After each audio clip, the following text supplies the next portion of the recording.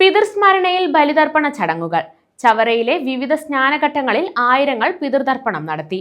ക്ഷേത്രങ്ങളിൽ പിതൃപൂജയും തിലഹോമവും നടന്നു.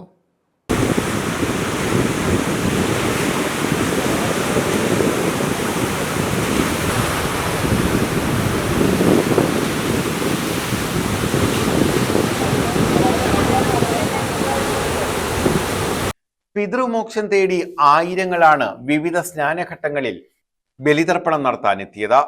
പുലർച്ചെ മുതൽ തന്നെ സ്നാനഘട്ടങ്ങളിൽ വൻ തിരക്കാണ് അനുഭവപ്പെട്ടത്. ചവറയിലെ ക്ഷേത്രങ്ങളിലും സ്നാനഘട്ടങ്ങളിലും ആയിരങ്ങളാണ് ബലിതർപ്പണ ചടങ്ങുകളിൽ പങ്കെടുത്തത്. നീണ്ടകര പുത്തൻതുറ മഹാവിഷ്ണു ക്ഷേത്രത്തിൽ ബലിതർപ്പണത്തിനായി പ്രത്യേക സൗകര്യങ്ങൾ ക്രമീകരിച്ചിരുന്നു. പിതൃഹോമം, തിലഹവനം എന്നിവയും ക്ഷേത്രത്തിൽ നടത്താൻ സൗകര്യമൊരുക്കി. ഒരേ സമയം 800 പേർക്ക് ബലികർമ്മം നടത്താനുള്ള സൗകര്യമാണ് ഇവിടെ ഒരുക്കിയിരുന്നത്.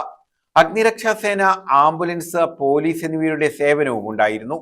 പന്മന ആശ്രമത്തെ ബലിതർപ്പണത്തിന് 100 കണക്കിന് പേർ പങ്കെടുത്തു.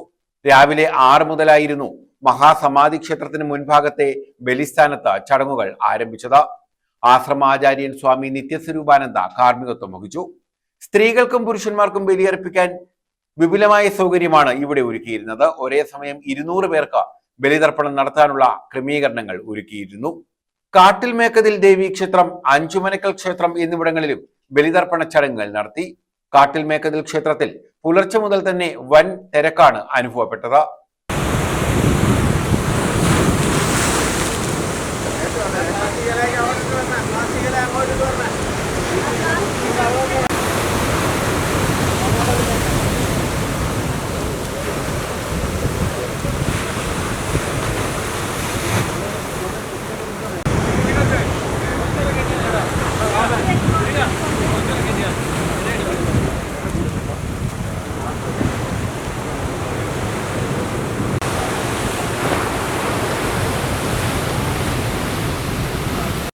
News bureau, Chavara.